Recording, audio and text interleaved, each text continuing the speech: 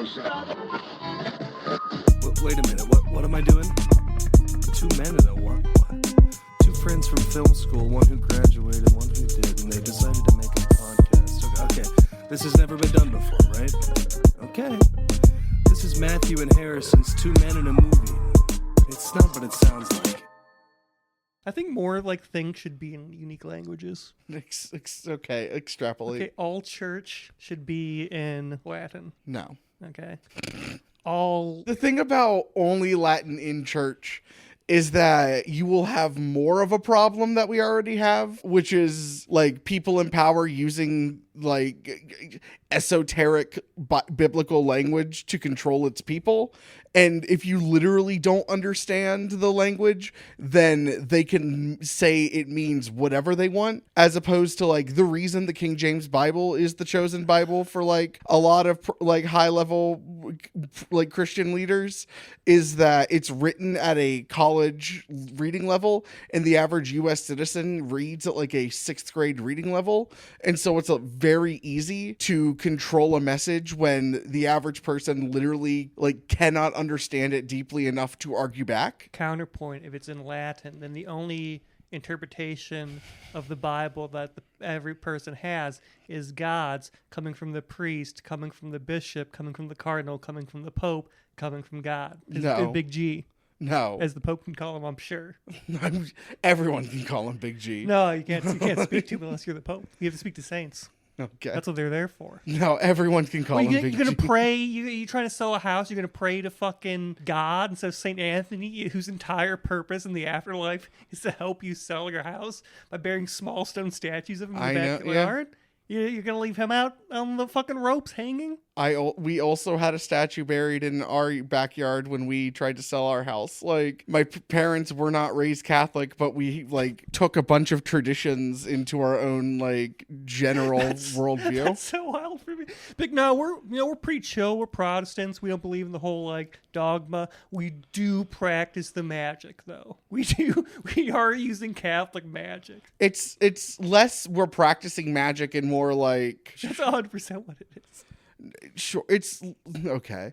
If that's what you want to call it, go for it. Most Wiccans, cultists, Satanists come from Catholicism because it's a worldview where magic's real. You light candles to do things. You bury small statues to do things. It's all magic. There's no difference between like anything else that Crowley did and saying, I've used the power of the Holy Spirit to turn this actually to the body and blood of Christ. Okay. It's just, it's extreme right-hand magic as opposed to left-hand magic, which is atheist usually. Sure. Like Catholics are magicians. Jesus, I'd go as far to say, is the greatest wizard of all time. You have said that before. The only person he beats out is Neil Armstrong, because Neil Armstrong made the moon real. He made the moon real. Yeah, the moon was just an idea until he landed on it, and then it was rock. Christ. It's my belief. It's my honest belief, and you know what? We exist in the same world, even though I have this belief and you have your belief that the moon was always a rock. I don't believe that. Same world. Yeah. Okay. We exist in the same world, and I think that belief is insane. However, like my favorite thing is I have all these insane beliefs. But at the end of the day, they don't affect, like, I'm still existing in the same world everyone else does. Like, if I say I don't believe science was real until we killed God, same world. Yeah, you exist in the same physical world, yes. Same world, we operate the same way. Because you believe science is real, you just don't believe science was real until... Sure. Science wasn't real until we made it real. But since time is non-linear, it's always been real. But at one point, there wasn't science, and there's only magic and gods, and the moon was an idea made by elephants. Okay. And then along came Neil Armstrong with his big fucking cock and said, time to make like Elvis and make some rock. Time to steal from black people. Time to steal from black people. Yeah, time to steal the work of black people. You know, I spent all this time I've been growing up, black people have always been turning things that are the idea of a rock into rock. Buzz Armstrong. I, Buzz Armstrong, the Moon Man, am stealing from African Americans' ability to turn things into rock, and I'm making the moon. Welcome to the Two Men in a Movie podcast, where each week one man shows another man a movie he can't believe he hasn't seen. As always, I'm your moon agnostic host, Matthew Olachek. Joined as always by my moon fundamentalist co-host, work husband, Harrison Poole. How you doing, you fucking dogmatic moon man? I'm fine. I'm not a moon fundamentalist. It's the moon doesn't really affect my life, so I don't think about it. The tides? Sure. If the moon wasn't there, and the idea of the moon wasn't there, your life would be so fucked. What are you talking about? The moon doesn't affect your life. The moon doesn't decide what I like. The moon doesn't decide what I eat for dinner. It does. If the tides weren't working, the moon wasn't there, the eating situation would be wild. Things would be chaotic. Nah. Ramen noodles and mac and cheese and fried chicken would still exist. That is like. Because I know you're in that, but that is like the statement of someone who like is who says they're anti-science. Like, moon doesn't affect me. Why do I have to care about it? It's like, the moon 100% affects you, dude. Oh, yeah. In the general, absolutely, the moon affects me. And in the day-to-day, in the way that it affects everyone. And I just mean, like, on a personal, emotional affects core your, like, level. brain. The only people who believe that are Nurses. Are astrology people and school teachers. And nurses. Sure. My grandma and my mom always tell, and everyone in my family's a nurse but me, really. But they're always talking about how, like, yeah, no, the old people, because they primarily work with old people, the family. Like, they're all act all weird on full moons and shit. Yes, school teachers will say children get weird during the full moon. Hot take. Maybe it does. I think it 100% is, and the only reason people don't accept it is because it sounds wee-wee-wooey. I think there's this thing in our culture that anything that sounds wee-wooey, people are like, no, that sounds like astrology, and they just disregard it out of hand. I am willing to concede that point. My thing isn't that it's wee-wee-wooey. It's that maybe children and maybe elderly, because they are physically and mentally weaker. Oh, but your brain's strong. But I'm saying, You're a grown man that has a strong moonproof brain. Yes, that's exactly what I'm saying. I'm saying I could track my mood and track the moon, and they would be unrelated. Do it. I will. What is? Mine is a huge. You're like, wow, I get super depressed every time there's a moon. This is the scientific method right now. This is male period tracking what we're doing. I am going to, from now on, for the next month, 2 months. For the next 2 months, I will journal every day if I can, and I will track the moon cycle afterwards. You know, what'd be fun is if you just journal how you're feeling every day after the 2 months, then apply the moon cycle. That's what I'm saying. That's what I mean. I am both the control and the variable. And once you get to this, once you accept that the moon affects your mood, you'll be like, you know what? I can't accept things that sound wee-wee-wooey but are actually true. Like the fact that Washington, D.C. is built on a necro-mound network. Okay. But and that's why politics is so crazy there. Yeah. Specifically towards allowing some black politicians to get away with things they probably wouldn't have if they were white, which is a direct result of the person who designed Washington, D.C. being of a Native American and African American descent, who took both cultures' ideas and combined them into the Necro-Mound network underneath Washington, D.C. And that's why there was a black mayor of Washington, D.C. who was like openly caught several times just snorting fucking coke and fucking hookers, reelected 3 times. Hell yeah, dude. It's because that man said, you know what? My people constantly shit on by the U.S. I'm going to make a Necro-Mound network and allow this one good thing to happen to the African-American male. I will put it, as we speak right now, I will put it in my calendar to journal tonight. I mean, I heard for a lot of mental illness, you can just listen to Nirvana. Yeah. I've heard that too. Because of the lithium. Yeah. Sometimes it works. Most of the time, lithium doesn't work for me, but it sometimes does. Also, batteries. Just crack those bad boys open, eat them. Yep. Cure your mental illness. I mean, I tell kids that all the time. It does more than. Anytime I see an upset child and I'm like, this child has mental illness, like, I take out a little Duracell and crack it open and say, don't worry, buddy, I got you. Yeah, that just burns. I'm wanted in 32 states. Yeah, I was going to say that just burns your insides out.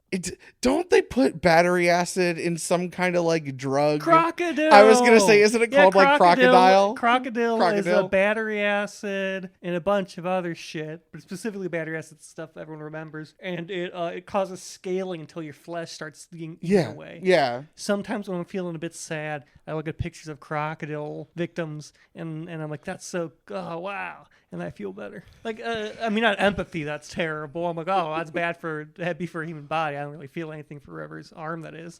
But like, it's weird because they're still alive, but you can like see their bones and shit. Yeah.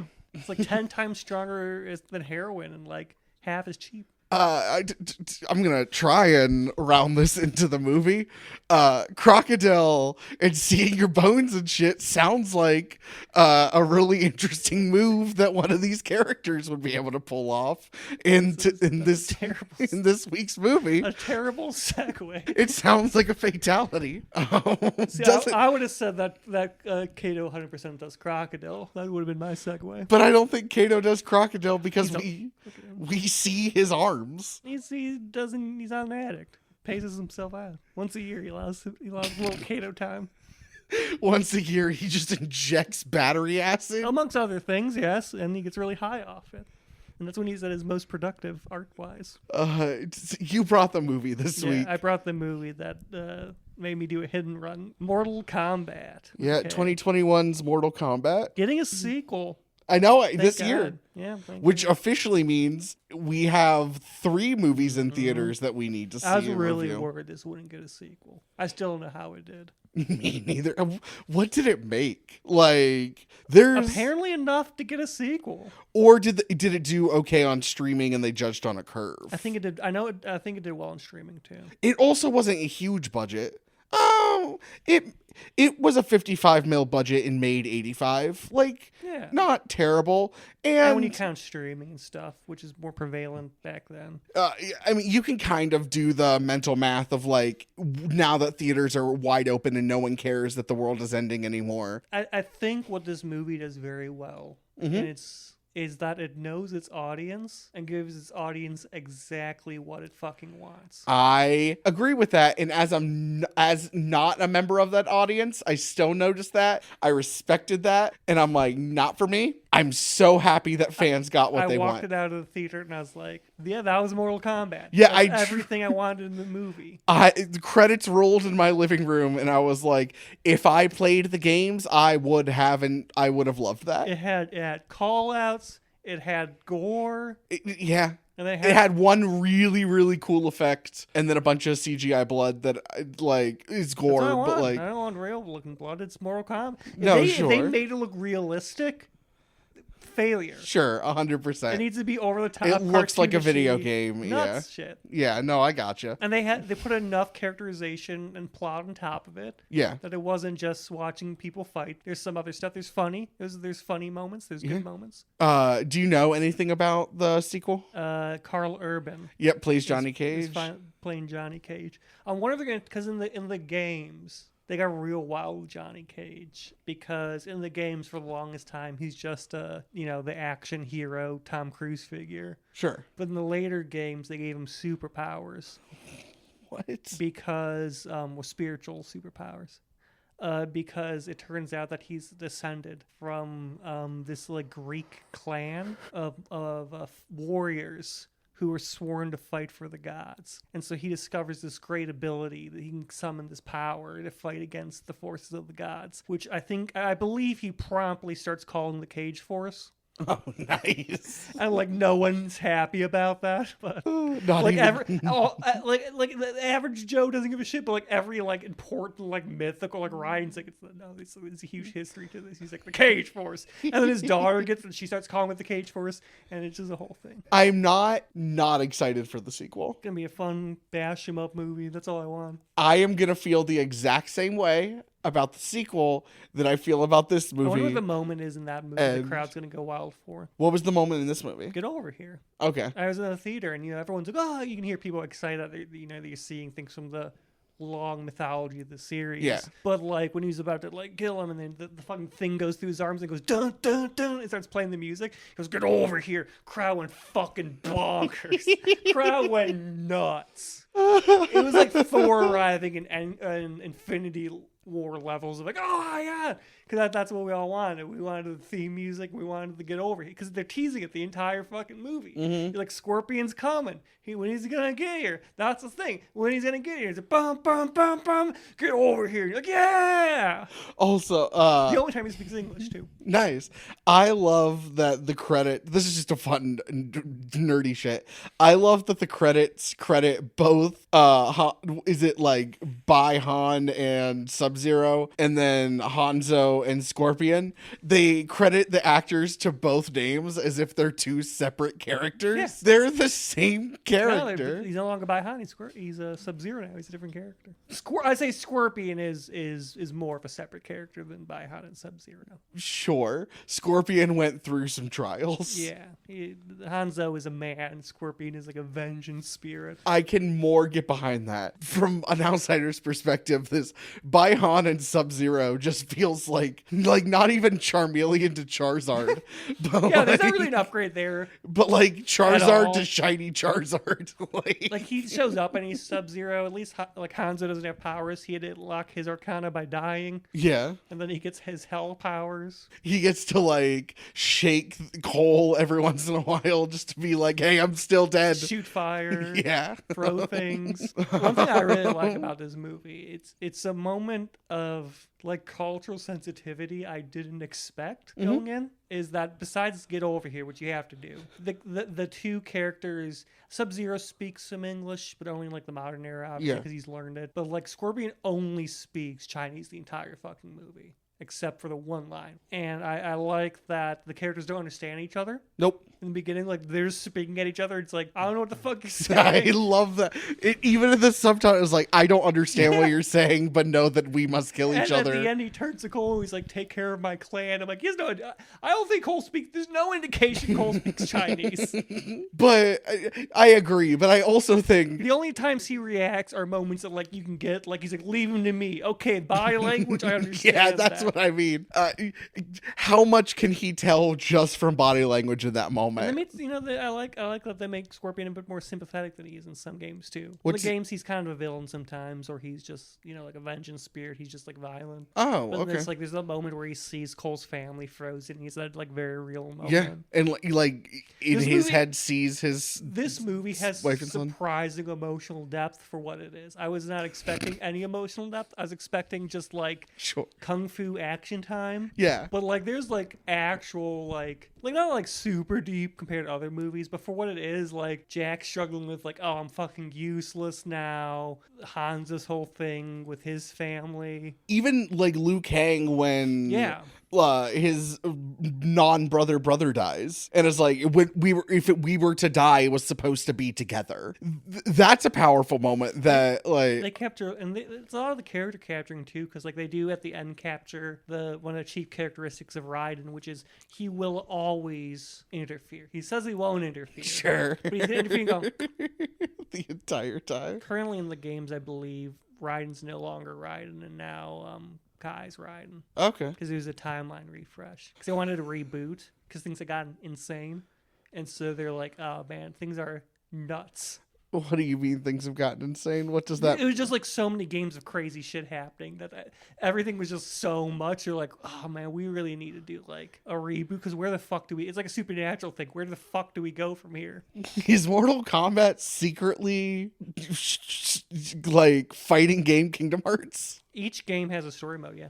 That's insane and awesome.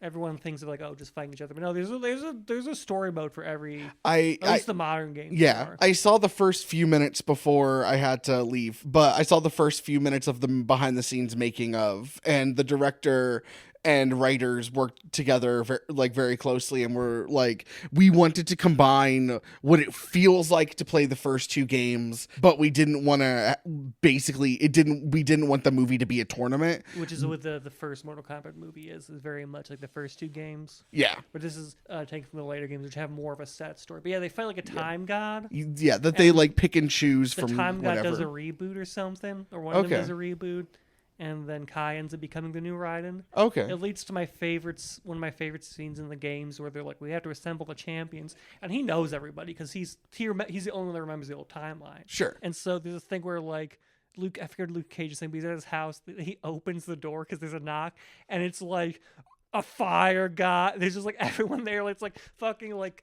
lightning kind of like, hey Johnny. He's like, what the fuck?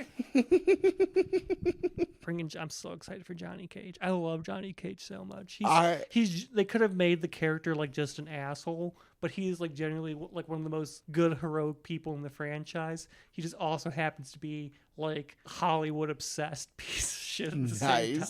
Because in the universe, all his movies have the like Cage in them. Yeah. Except for was it Clown Cop, Mime Cop? He does have a series where he was like an action mime. And he's not. It's considered like a critical failure. He doesn't like talking about it. And in some games, you can play as like Mime Cop. Like that's one of the skins. That's awesome. So it's an ensemble piece through and through. But at least in the beginning, it mostly follows. I'd say the narrative mostly follows. Like the main emotional through line is Cole. It's Cole. I mean, if we want to be anal retentive, it's Hanzo, but it's Cole. So this movie opens in Japan in 1600 Hanzo Hasashi is an assassin. He and his wife and son, and they have a new daughter, and they're like hiding from the other realm fighters. It's a baby. Yeah. I just like that. It's like they have a new daughter. Yeah. He's got a new one of like 20. No, like a new daughter, like a newborn, like they have a baby. Yeah. And a son. And they're hiding from the other world assassin Baihan. I'm not sure if he is an other realm assassin at that point. Then what is he at that point? I'm not like. I think more than I do. Just because like the movie can's a bit different, but I think he's just a dude trying to kill this guy. But for sake of simplicity, he becomes an assassin. He is an assassin. Yeah, he's definitely an assassin of some variety. And thereafter, Hanzo, and by proxy his family, but mostly Hanzo, but they'll kill his family to get to him. And Baihan has ice powers because he turns into Sub-Zero, and Hanzo has fire powers. Not at that point. He only gets his Arcana when he dies. But he's at this point he's a simple family man who's also a deadly ninja. Yes. And the son and the wife, the Hanzo goes to fetch some water, and his wife's like, I don't have enough water. Yeah, and the rest of the family is alone at home. Just sent the son to do it. That's his chore. Make him get water. Then you'd be there to protect your family. Always make kids do work for you. No. In case you have to defend your wife from an assassin. But then you don't defend your son. He's not going to be after the son. He's after he came straight to the house. But if they knew that this attacking the son would hurt him, then they would go for the son first to lure him in. I'm not sure. I think they went straight to the house. But they hide. I believe Hanzo could have beat him at the house. Maybe. Truly, maybe. They hide the daughter underneath the floorboards. Baihan comes attacking the wife and son and freezes them to death. And Hanzo's really lucked out in this arc. Some people's Arcanas are like they're effective, but they're not cool. And it's like you control the concept of ice. Like if there's something you can do with ice, theoretically, you can do it. You're like super cool, pun intended. Sand outside of maybe freezing the entire ocean. We don't know how powerful it is on a large scale. We see him do the whole like town attack. Yeah. And that's like more scale than we see from most people. Yes. Hanzo and Baihan duke it out in a really awesome like ninja assassin fight. And one of them has superpowers, one of them doesn't yet. And of course the one who has superpowers wins. Of ice. But so close. He's Hanzo is very, very close, and then he dies. And he gets his magic power when he burns, like when he disappears into When he goes dust. to hell.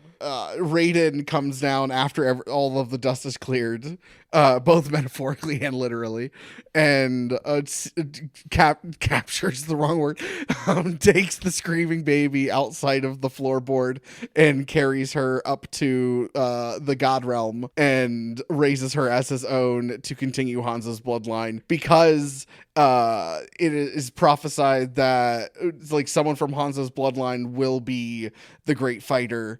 And I don't know if it specifically kills Sub-Zero, but Sub-Zero seems very afraid of someone from Hanzo's bloodline. Yeah, because they'll lose the tournament unless that person's dead. Yeah. Yes. One thing I like about this movie is that it just fully embraces the absolute insane lore. Mm-hmm. And the only lampshading it does is that Mortal Kombat's spelled wrong. That's the only lampshading it does. Everything else they say and everyone accepts. Yes. It just says, okay, I like that. Because you can't be like, oh, what? Other realms? It's like, no, there's other realms. Move on. There's Outworld. What we know exists right now from one movie is Outworld and Earthrealm. I'm assuming there's other ones. Yeah, there's other ones. But Outworld has basically won the last 9 tournaments, and if they win the 10th tournament against Earthrealm, they get to take over Earthrealm. Yeah. So is Mortal Kombat a once-a-year thing? I don't think it's once a year. I think it's... forget there's actually it changes sometimes, because I think there's supposed to be like a timeline, but then like it's like you have to have more games in these characters' lifetimes, you know. Yeah. But I think that originally it was like a set period of time. Okay. A Mortal Kombat. But then we meet. Flash forward 400 years, and it's the one thing that it's truly the thing that most annoys me, and I'll have to re-listen, but the subtitles, Sub-Zero says that he killed Hanzo 4,000 years ago, and it was 400, and I don't know if the subtitles got it wrong. Maybe time just goes faster now. I don't know. Maybe the grid has a different maybe a different time. Thousands of cycles is like 10 years. Yes, we have that. I love that we have that scene, and they do like titles on the screen and say, "Hey, there's a thing called Mortal Kombat, and there's tournaments," and they just move on. Yeah. Like, yep, that's the world we're in. Time to meet Cole beating me down. He's a not retired fighter. All attack, no defend. He's a fighter past. No, only attack. He's a fighter past his prime. I'm not even sure he's past his prime. I think that he's just truly only attack, no defend. But no, he says a couple times that he's not the fighter he used to be. So that implies past the prime always seems like a time thing to me, though. I don't think he's like out of his prime fighting wise. I think that he's just become a sub because he's gotten beaten up so much. Sure. Well, he needs to get beat up to redirect it. He just doesn't know that yet. And so you're taking this the opposite direction I'm taking it, where that's like preparing him for his future power. Well, I truly believe the forces that give powers, whatever they might be, said, okay, you get beat up a bunch. Take this, please. You think it's the universe giving making him what he needs? Okay. Because like Jax is given what he needs. Yes. Arms. Yes. Okay. Unlike in the games where I think it's the U.S. government. See, I think it's a little bit predestination in that I think the universe, whatever we want to call the power gods, they knew that this was going to be his power, and so they gave him the life in which he needed to like. We're gonna make sure he loses fights and he really likes his prostate touched. Like, sure. Boy's gonna get the shit kicked out of him and strapped. We don't know that, you know. I know a woman who straps when I see it. Allison straps. Yeah, no, I got it. But there's Cole, Allison, his wife, and Emily, their daughter. Cole loses the fight. Allison is like, you should have done this thing. Cole's like, you know what? You're so right, bestie. Let's go celebrate with some diner food. And then it starts snowing outside. I like it. It was a real like dad move. Oh, when he eats her ice cream. It is such it's not really called attention to, but it's just such like a dad thing. Just like walks by, takes a bite out of his daughter's ice cream, keeps going. She gives him a look. I like the relationship the three of them have. It feels natural. I don't know why, but for some reason, before it was mentioned that she was his daughter, my brain immediately went kid sister. And That's fair.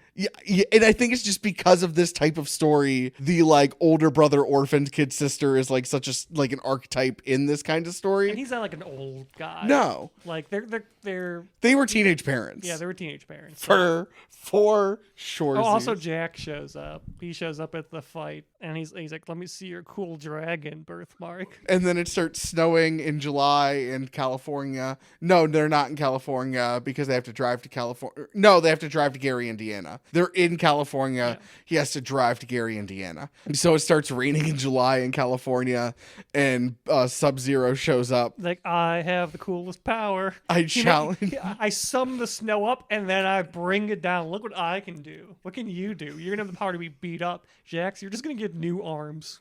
Jax rescues them, right? He shows up here. Get in the fucking car. That I don't know if they purposely set it up, but they kind of set it up that like, yes, Jax knows more than like he's letting on, obviously, but they kind of set it up that Jax is gonna be a double agent. And then when he first helped them, I'm like, oh shit, this is like him taking advantage of the, like, I think in some way he is what becomes the Kano character, but once he reveals all of the plans, I was like, oh, okay. I didn't get that read, but also I know Jax. Yeah. And Jax is just a cool guy who Cool. loses his arms and then gets arms from the government or God, depending on the universe.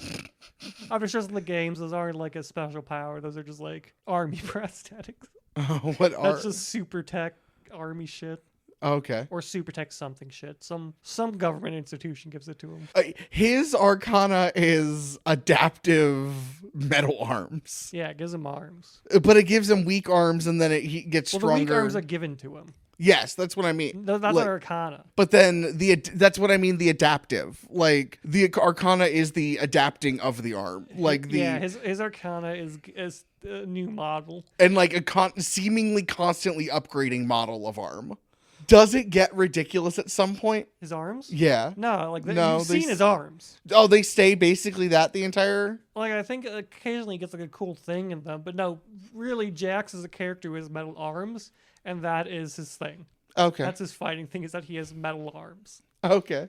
But yeah, Jax's arms break out when Jax and Sub-Zero fight in a parking garage. It fucking shatters them off. And Jax did... And you can see the bone. Yeah. Which I'm like, yeah, that's when I'm like, okay, this movie's going to be good. They're willing to show bone.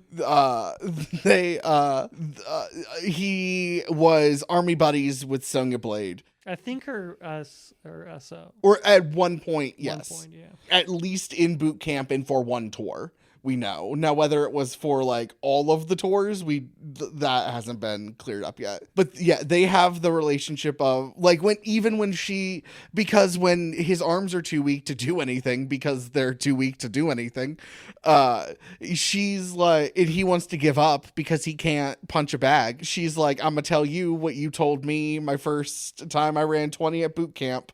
Get up and do it or regret it for the rest of your life, essentially. Yeah. You either die a hero or live long enough to become the villain. Mm-hmm. And he becomes a hero with metal arms. He's like the man with metal blessed. Arms, another kung fu movie. Yeah. Is that what it's called? The Man with the Iron Fist? Man with Iron Fist. Yeah. Good movie. I mean, fun movie.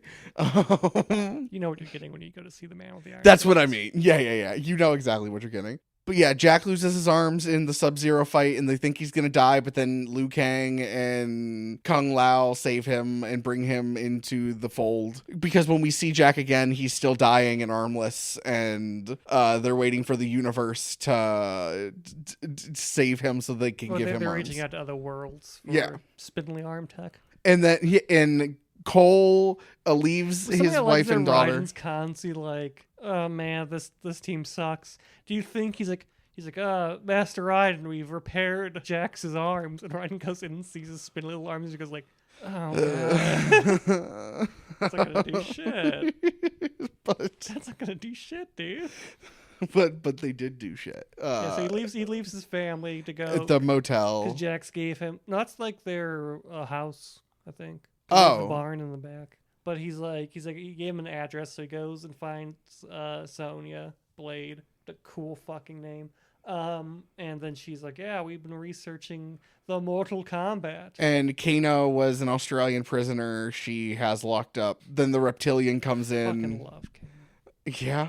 He's such a fun character. He's such a fun piece of shit. And like he says, I'm working on a graphic novel, and then shows like an actually good picture. And it'd been so easy to make him shit at drawing, but the fact that he's actually That's pretty good. he Yeah. could in fact make a graphic novel. He's just such a fun fucking character. What Sure. an awful piece of shit. And this is true in the games. He's just the worst little fucking nasty bastard, man. I just think he's a tiny insecure man. He's Like a tiny insecure piece of shit. an annoying tiny insecure man. And he's just like, oh, look at this little piece of shit. But then the reptilian comes in.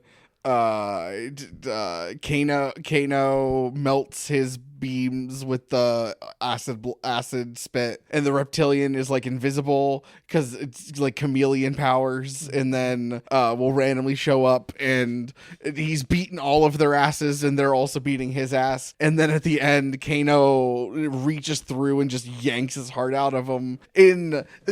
That's the thing I immediately recognized from the games. Like, I know very little, and that was a move I immediately was like, I'm sure fans roared in theaters for that. It was good. Because she reveals the reason they're doing this is because they were on a special ops mission, and they fought someone with supernatural powers. Yes. And then Jax killed them, and he got the dragon mark. So they've been researching. They show a little picture of a Native American. They show some Mortal Kombat graffiti. With the backwards L and combat spelled with a K. This Also, has been happening forever. This has been happening for centuries. in a moment that could have been so bad, but actually made me chuckle, was, why do they spell it like that? Yeah, it's like the one moment of lampshading they do is good. Yeah. Because it's the one thing that if you're in this world, you would point out, like, why is that spelled wrong, though? And she's like, it doesn't matter, it's all real. Because, like, everything else, you've accepted, but you're like, why is it spelled like that? But yeah, they need to make it to the Temple of Doom. And so... Temple of Hope. Yeah. And he's like, I don't know It's where... the exact opposite of the Temple of Doom. He's like, I know where it is.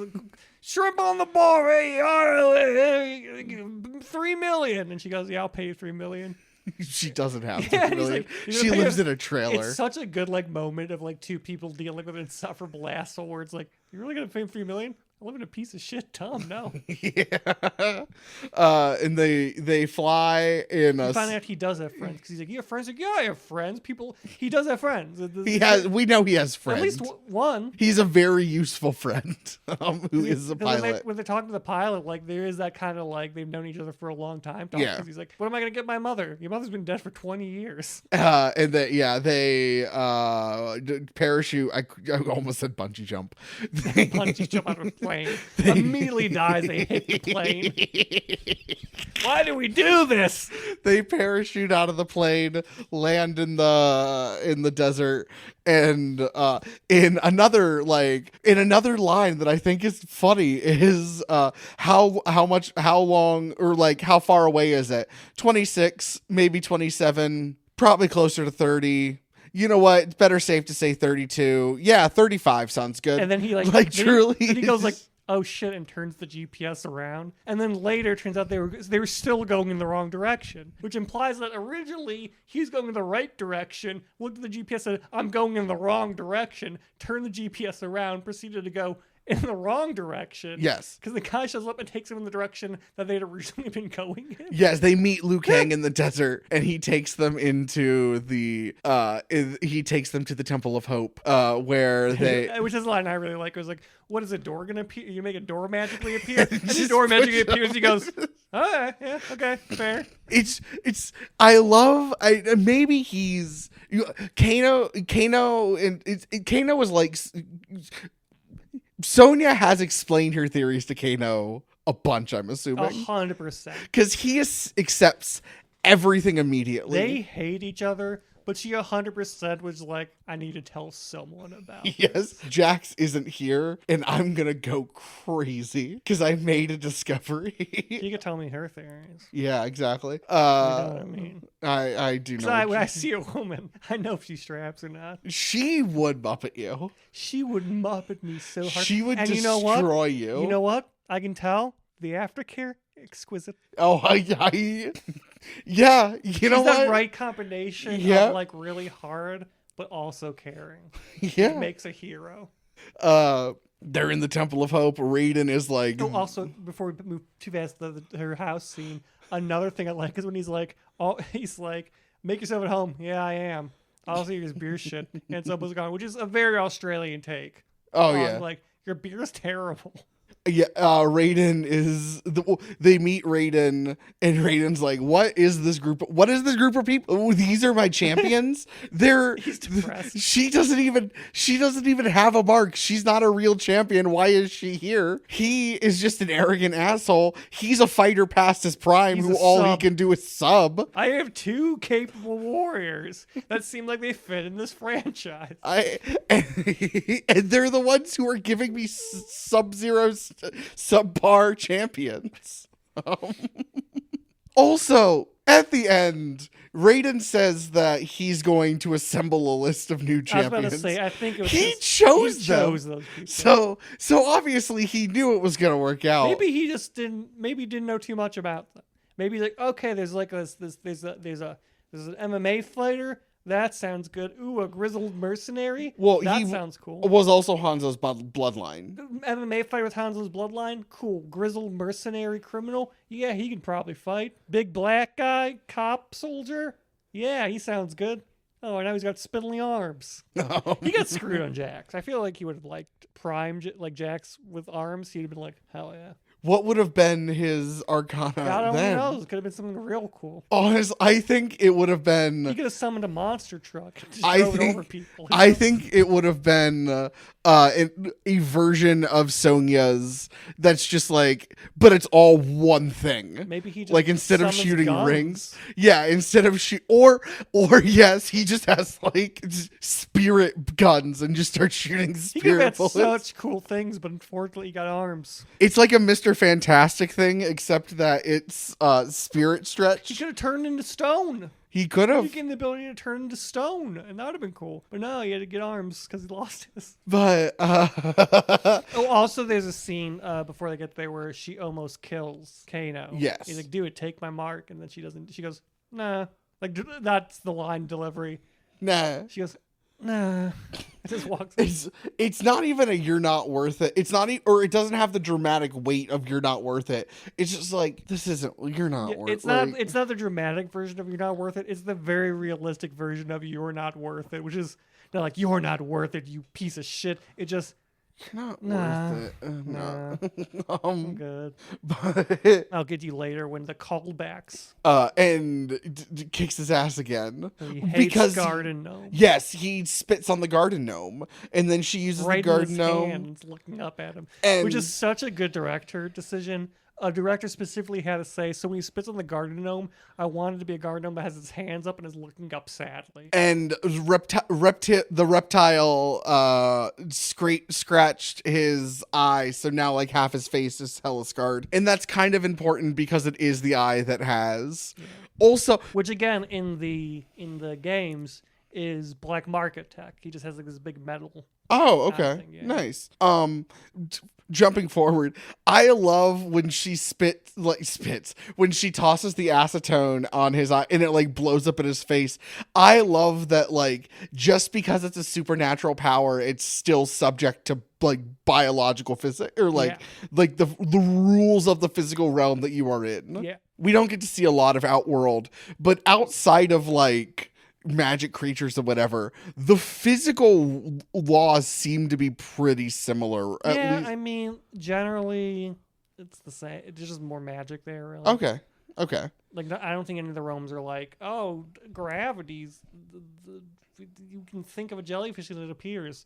Like, it's just kind of like different worlds, But yeah, really. the entire time the training montage is going on, what's the devil's name? This like evil overlord Voldemort devil That's cool as shit. is like the emperor of the Outworld, and he has some fighters on his side who all strangely have personal beefs with the Earthrealm champions. But Baihan is now Sub-Zero. He has achieved full magic power. You have the the Cabal, who was like Kano's old army buddy, something like, and then Kano deserted him, or Something like yeah. I'm in the games. I'm pretty sure he was a cop originally. okay. He has like a cop uniform. Yeah. on. Then you have the ogre, you have the forearm, with the only like legitimately practical effect in the movie that I noticed as a practical Quan effect. Chi. What? Oh, Quan Chi. Yeah, because he's like he's like a sorcerer priest of Shinnok, which is an elder god of evil. And then you have you have a couple other side fighters who we will probably get to. Goro. But we have like the harpy lady demon There's who a can female like. Goro too. Oh, nice. I mean, presumably he's an entire species, but in the games there's There's also a female. Because Goro and Jax had some fight at some point. Not Goro Jax, it's the hammer guy.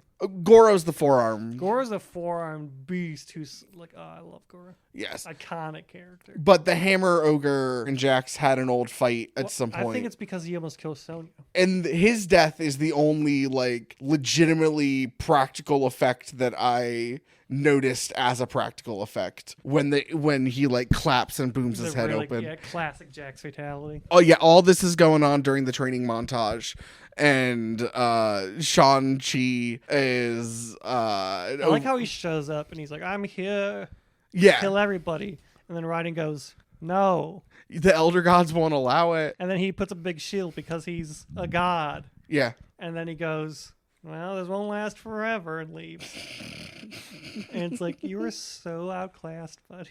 When we seen the end, he just fucking teleports him away. Yeah. Yeah, he talks too much. Yeah, he's so above you. What are you doing? But they're having it's a training montage. They're all trying to get their arcana. It's not working for anyone. They're eating dinner. They even try the most important thing for Cole, which is beating the fuck out Let of him. Kano just like beat the It has a living great line shit where he's out of like, him. let the pain give you arcana. He's like, it's not doing anything. It just hurts. Yeah, they managed the two brothers managed to figure out the Kano's going by pulling on his pride. He shoots lasers out of his bad eye or his good eye, depending on how you look at it. It's implied that he's like, this is my idea that how to get his arcana going.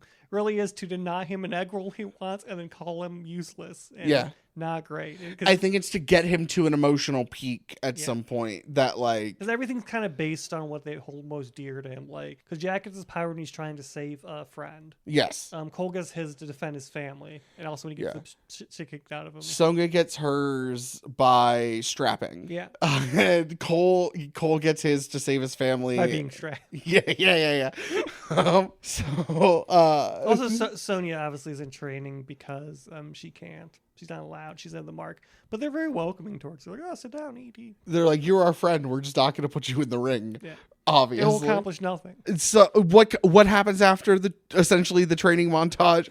Because he fights Goro. Well, after the training montage, they all get taken to the other between realm. And then they're like, it's hopeless. And Cole's like, no, we can work together to take them out. That's after. It is after, yeah. So his after he power gets his doesn't soul sucked. activate, and Raiden sends him off. He's like, fuck you, you're useless. Though it's implied that he knows that setting him off will lead to his arcana being awakened. Which I think it at least in my head reinforces my theory that they know what his arcana is going to be. I and think so he they just saw that he was a sub and said, he probably needs to be around his wife. Well, that's when the Kano's buddy gets him to tear down the shield, and they launch their attack, which Goro's part of to hunt him down at his home he's at, because he's like, hey, you can make so much money if you work with the sorcerer guy. He goes, laser eye time, and he shoots the laser eye and takes the shield down. I know you're gonna betray that. You can betray them for more money because you betrayed me once. I know you got it into. And he goes, laser eye time, and which destroys he says every time before he shoots. Destroys the dragon staff, which it then turns into the awesome Mortal Kombat, like just true fight where there's like 4 fights going on at one time. Oh my god, Liu Kang's brother. I forget off the top of my head. Oh my god, I'm blanking. I knew it. I said it earlier this He's episode. also dead in a lot of the games. He is like riding the harpy and has the hat, and he flies her into the saw blade and just like splits her in half and has that flawless victory moment. Flawless victory. Cabal is fighting Liu Kang. and Cabal. It's Shang, right? No, it's Kung Lao. Kung Lao. The Cabal is fighting Liu Kang, but he's like too fast for him, and Liu Kang is like winning but barely keeping up, but like is a better fighter, has the upper hand, but like sheer speed is still helping him have some advantage and whatnot. And then the harpy demon open face Pac-Man lady is fighting Sonya Blade. And Sonya gets trapped under a rock. After she's like, you're not worth it, you don't have special power. Yeah, Hammerman is attacking Jax and knocks him down.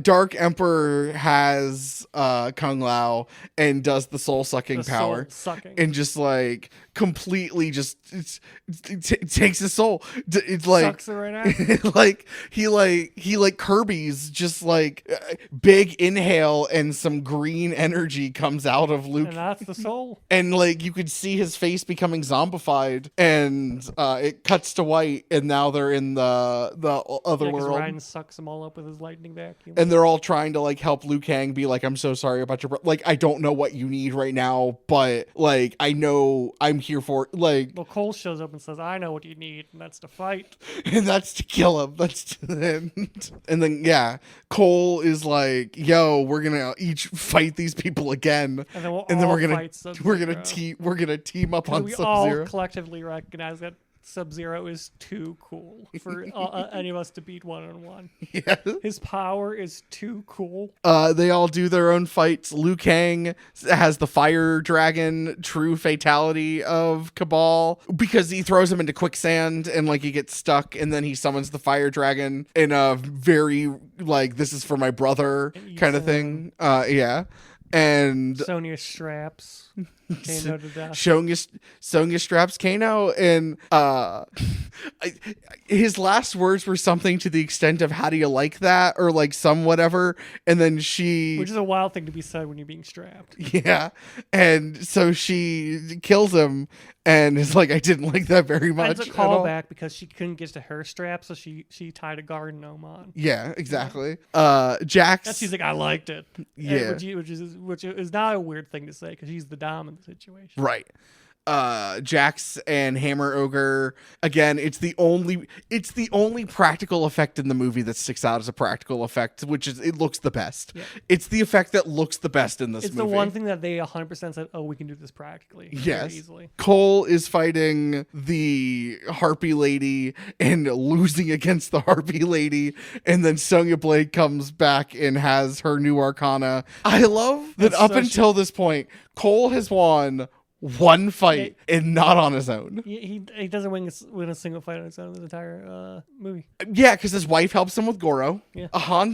Scorpion Hanzo is basically the one to take down Sub-Zero. He was about to lose the fight against the Harpy, but then she showed up and summoned her Arcana strap and strapped her to death. It's fascinating. There's a lot of strapping happening in this movie. In a way, it's for me, the target audience. He is like a Jack Burton, where like he comes up with a great plan that works. He's a capable fighter. He just cannot for the life of him win anything on his own. It's just he loves getting beat up too much. He loves getting beat up too much. He loves it. He can't win because he's like, hit me again. Did we mention Jax got his powers by lifting the big rock off of Sonya? He has a rescue Sonya. Because he has the weak arms and is like, these weak arms are worthless. I can't do anything. But now I got to summon true deep strength. I got to abandon all of my toxic masculinity and just be truly masculine. You have so many men left to strap. Don't die on me. Yeah, and he's an ally. Hanzo. If there's one person in this movie who's 100% an ally to all queers and women in the world, it's Jax. Yes. Hanzo. Jax goes to Pride parades and he's like, I'm just here to support my friends. Hanzo is now Scorpion, comes back because we found Sub-Zero has frozen Sub-Zero shows Allison and Emily. Afterwards, he's like, here's your daughter's friendship bracelet. And he goes, no, Ellie. And he runs through the portal. And they're all like, don't do it, Cole. He's just baiting and you. he gets his shit kicked in. And he's like, oh, my family's frozen. And he's about to die. And he's like, so ends the bloodline. And that's when you get the shink through his arm. And he goes, oh. And you hear bum, bum, bum, bum. And then he starts playing. And it zooms over the scorpion with his famous chain, his scorpion chain. And he goes, get over here. Which is the only English he's learned. Get over here. And he pulls him over. And the whole crowd's like, yeah, yeah. It's the coolest fucking. I watched it like a few days ago because I'm like, I'll be watching it Thursday. I should look up that scene again because it is such a good Mortal Kombat scene. It is everything I wanted out of the movie. And when he dies the first time, he tells Baihan to remember this face, and then he takes his mask off as Scorpion and is like, remember this face. And then they work. He uses his fire powers to unfreeze Cole's family. They team up. Really, something I noticed is like fucking Sub-Zero is not give up. He's like about to die. He's like, I'm closing the door. You're not stuck. I'm not stuck in here with you. You're stuck in here with me. Close the door. Staggers forward.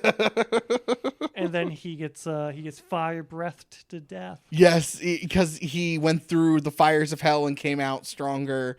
And he learned, you thought that I was going to burn in the fires of hell, but joke's on you. I learned to control them. And he just dragon. He became, in a way that Liu Kang summoned the dragon, Scorpion just is a dragon. Also, important to notice he shows up because it was one of my favorite scenes when Raiden gives him the dagger with his blood on it. Yes. He's like, his spirit will fight with you, and then his spirit fights with him. He's like, thought you weren't allowed to interfere, and he just gives this little like, his little cheeky god smile, like, me.